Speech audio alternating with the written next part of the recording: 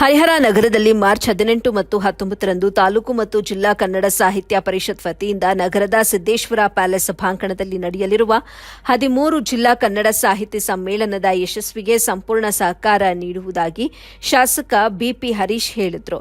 ಈ ಸಮ್ಮೇಳನದ ಸರ್ವಾಧ್ಯಕ್ಷರಾದ professor C V Patil ರವರನ್ನ ಅವರ ನಿವಾಸದಲ್ಲಿ ಸಾಹಿತ್ಯ ಪರಿಷತ್ ವತಿಯಿಂದ ಅಧಿಕೃತ ಆಹ್ವಾನ ನೀಡುವ ಕಾರ್ಯಕ್ರಮದಲ್ಲಿ ಪಾಲ್ಗೊಂಡು ಮಾತನಾಡಿದರು. ಈ ಸಂದರ್ಭದಲ್ಲಿ ಕನ್ನಡ ಸಾಹಿತ್ಯ ಪರಿಷತ್ ಜಿಲ್ಲಾ ಕೋಶಾಧ್ಯಕ್ಷ ರಾಘವೇಂದ್ರ ನಯಾರಿ, ಗೌರವ ಕಾರ್ಯದರ್ಶಿಗಳಾದ ರೇವಣ್ಣ ಸಿದ್ದಪ್ಪ ಅಂಗಡಿ, ದಿಳ್ಳಪ್ಪ, ಸಂಘಟನಾ ಕಾರ್ಯದರ್ಶಿ ಜಿಗಳಿ ಪ್ರಕಾಶ್, ಜಿಲ್ಲಾ ಸದಸ್ಯ ಎ ರಿಯಾಜ್ ಅಹಮದ್, ತಾಲೂಕು ಕನ್ನಡ ಸಾಹಿತ್ಯ ಪರಿಷತ್ ಅಧ್ಯಕ್ಷ ಡಿಎಂ ಮಂಜುನಾಥಯ್ಯ, ಗೌರವ ಕಾರ್ಯದರ್ಶಿ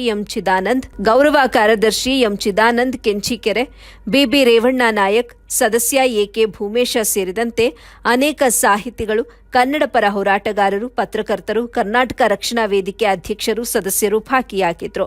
ನಮ್ಮ ಎಬಿ ವಾಹಿನಿಯೊಂದಿಗೆ ಪ್ರೊಫೆಸರ್ ಸಿಪಿ ಪಾಟೀಲ್ ಮಾತನಾಡಿ ಸಮ್ಮೇಳನದ ಕುರಿತಂತೆ ಸಂತೋಷ ವ್ಯಕ್ತಪಡಿಸಿದರು. ವರದಿ ಸೈಯದ್ ಶಾಮೀರ್, ಎಬಿ ನ್ಯೂಸ್ ಕನ್ನಡ, ಹರಿಹರ. ಈ ವರ್ಷದ ಜಿಲ್ಲಾ ಸಮ್ಮೇಳನ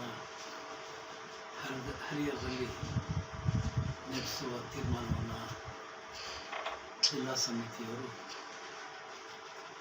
ನಮಸ್ಕಾರ. ಬರುವ ತಿಂಗಳು 18 ಮತ್ತು 19ನೇ ತಾರೀಕು ಹರಿಹರ ನಗರದಲ್ಲಿ ದಾವಣಗೆರೆ ಜಿಲ್ಲಾ 13ನೇ ಕನ್ನಡ ಸಾಹಿತ್ಯ ಸಮ್ಮೇಳನ ಆಯೋಜನೆಗೊಂಡಿದೆ.